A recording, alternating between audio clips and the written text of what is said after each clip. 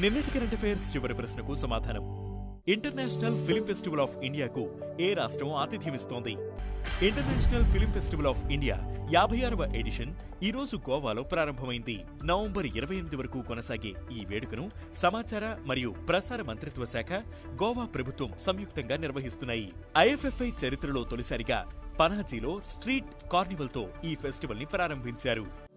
ఇక మొదటిది హైదరాబాద్లో కాగ్ కొత్త సెంటర్ ఆఫ్ ఎక్సలెన్స్.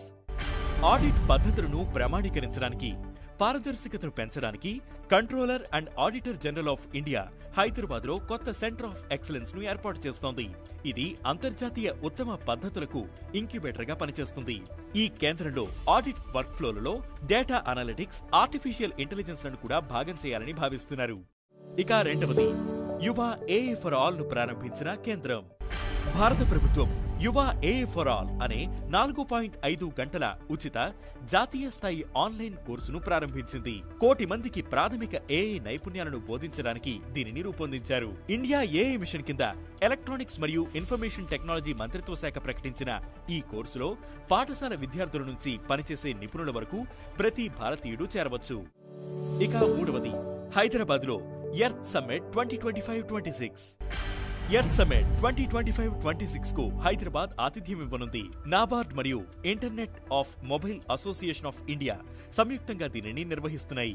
గ్రామీణ ఆవిష్కరణలకు సాధికారత కల్పించడం దీని ముఖ్య ఉద్దేశం. కేంద్ర, రాష్ట్ర ప్రభుత్వ మంత్రిత్వ శాఖలు, ప్రభుత్వ రంగ సంస్థలు, అగ్రిటెక్ స్టార్టప్లు, ఎఫ్పిఓలు, ఆర్థిక సంస్థలు, వెంచర్ క్యాపిటలిస్టులు, అంతర్జాతీయ అభివృద్ధి సంస్థలు, ఎన్జిఓలు ఇందులో పాల్గొంటాయి.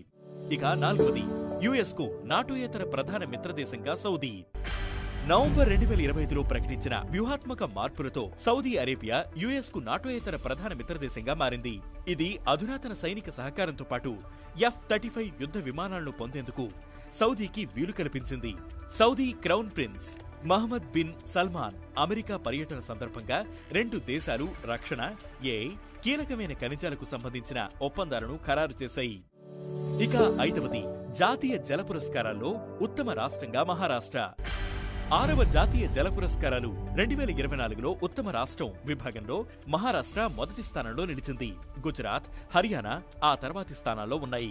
జలశక్తి మంత్రిత్వ శాఖ ఆధ్వర్యంలోని జల వనరులు, నీటి, నదీ అభివృద్ధి, గంగా పునరుజ్జీవన శాఖ ఈ అవార్డులను అందజేస్తుంది. నీటి ప్రాముఖ్యత గురించి అవగాహన కల్పించడం, ఉత్తమ నీటి వినియోగ పద్ధతులను ప్రోత్సహించడం ఈ అవార్డుల లక్ష్యం. మొత్తం 10 విభాగాల్లో అవార్డులను ప్రదానం చేస్తారు. ఇక ఈ రోజు కరెంట్ అఫైర్స్ క్వశ్చన్.